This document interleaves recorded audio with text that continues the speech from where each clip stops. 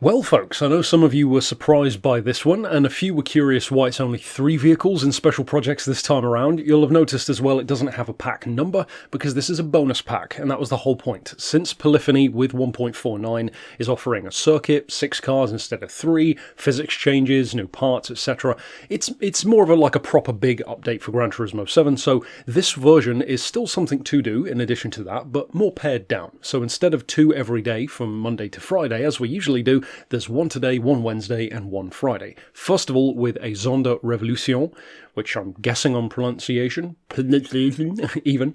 The livery design for this one is from another player. I've put a link to that down in the description. And this is a very, very easy, simple build to do because it's based on what you can already do with the Zonda R anyway. And I'm not even going to jump into the upgrade shop because you really don't need to. All you need for this one is your choice of tyres. I've left it on Racing Hards because it's kind of crazy that this car is, classless. It makes sense because obviously it wasn't an official race car, but allowing this into unlimited point events or even limited events like 800 or feasibly 700 is kind of ridiculous for a car this hardcore. In terms of the other stuff, you want your racing transmission and the high range turbo. Obviously that's not accurate to real life. But the reason why I've had to do that is because it's pretty much the only way that you can actually improve the power to get it to the level which it should be. So if you don't want to do that, I guess you could make that sacrifice. But the Revolucion version has 811 horses, according to Pagani themselves. So if you want the right amount, that's pretty much the only way to get it, unfortunately. The steering angle adapter I've gone for as well, just to give it a bit of extra turning. And the overall idea for this particular build is to have basically more of a twitchy personality, which sounds counterintuitive, but the reason for that is I personally find the Zonda R to have a bit too much understeer for my liking, especially on tracks like the Nürburgring, which is ironic given how legendary the car is there. But as far as the build that I've done, it's slightly higher on points. It's not crazy, it's up around 760 anyway, so it's only jumped up by around 10. The horsepower, obviously 811 is impressive, but not crazy, and apparently the real car still weighs 1,070 kilos anyway, so it's pretty close to what the actual car has. At least one version in real life was converted for road use as well. The biggest visual difference, of course, is that the real Revolution has the shark fin, like LMP car style, which is unfortunate that you can't do that. That would be pretty cool to have that in the game. But as far as the actual build,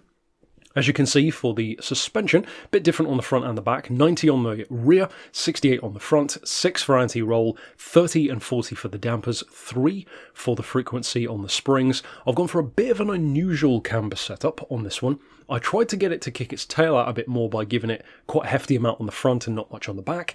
Didn't quite work out as I wanted it to. It still wasn't as sharp into corners as I was hoping, so I flipped it around the other way. We've got no camber on the front and 2 on the rear, which actually made a vast improvement to the turn-in. As far as the toe, that also, of course, improves it with towing in by 0.10. I've got no toe on the back, which is perhaps surprising, but it's a very, very grippy, stable car anyway, so it almost feels like you're fighting against the level of grip which it has, ironically. The diff is a bit different as well, 555. I tried a number of different tweaks to the diff to find what I liked the most. This one is what I settled on, but by all means, if you already personally have a diff setup that you like for the Zonda R, then of course you could go with that. There's nothing wrong with it. As far as the transmission, 360 kilometers an hour is what I've gone for even. As far as top end speed, that should give you over 200 miles an hour, but you might want to stretch it out maybe a little bit more, maybe to like 370, maybe 380 for the Nürburgring straight. I'll leave it down to you though, it depends on the track of course. You want your power restrictor set to 96 and your ECU set to 90. That brings us nicely to 811 horses. No ballast on this one. Slight difference in downforce. I've got full on the front and 700 on the back, so not quite all the way up. The high RPM turbo, of course, is fitted, as is the steering angle adapter. I actually ran the car with and without the adapter. On this occasion, didn't really make that much of a difference, in my opinion, so you don't necessarily have to even do that. You could try it without it, and of course you can take it on or take it off, put it on if you want to anyway. So with all of that being said, we need to of course jump out to the Nordschleife, and I can show you what the car is like in practice. Now of course in the trailer for this one, the little teaser that I did, you could see the car flying through corners, and don't get me wrong, the Zonda R is not a slow car. It's tremendously quick, and I'd choose this over something like a Vulcan any day, but I, like I said, find the front end to be just ironically a little bit too heavy into corners, and it feels like it wants to kind of understeer against you all the time. So I wanted to ironically make the car, in a sense, a little bit worse. I wanted it to be sharper and twitchier and more responsive, but in a way where you could perhaps lose control a bit more easily. So it's not quite as forgiving now, it's a bit more of a challenging car, and in particular the one primary difference which you'll notice, and this is partially due to the diff, is that under very heavy braking, you really need to keep the car as straight as possible. So if you try to dive into a corner on, for example, like full lock, going into a hairpin,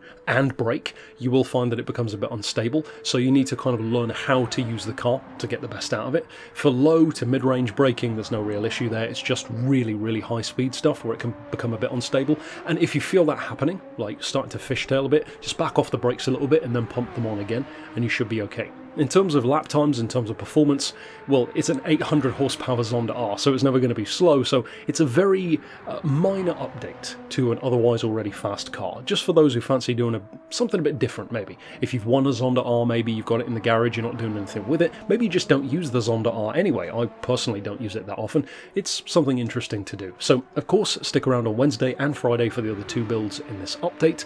We are still, of course, looking forward to 1.49, the official update, but at least this is something else to do in the meantime. And for now, thanks for watching.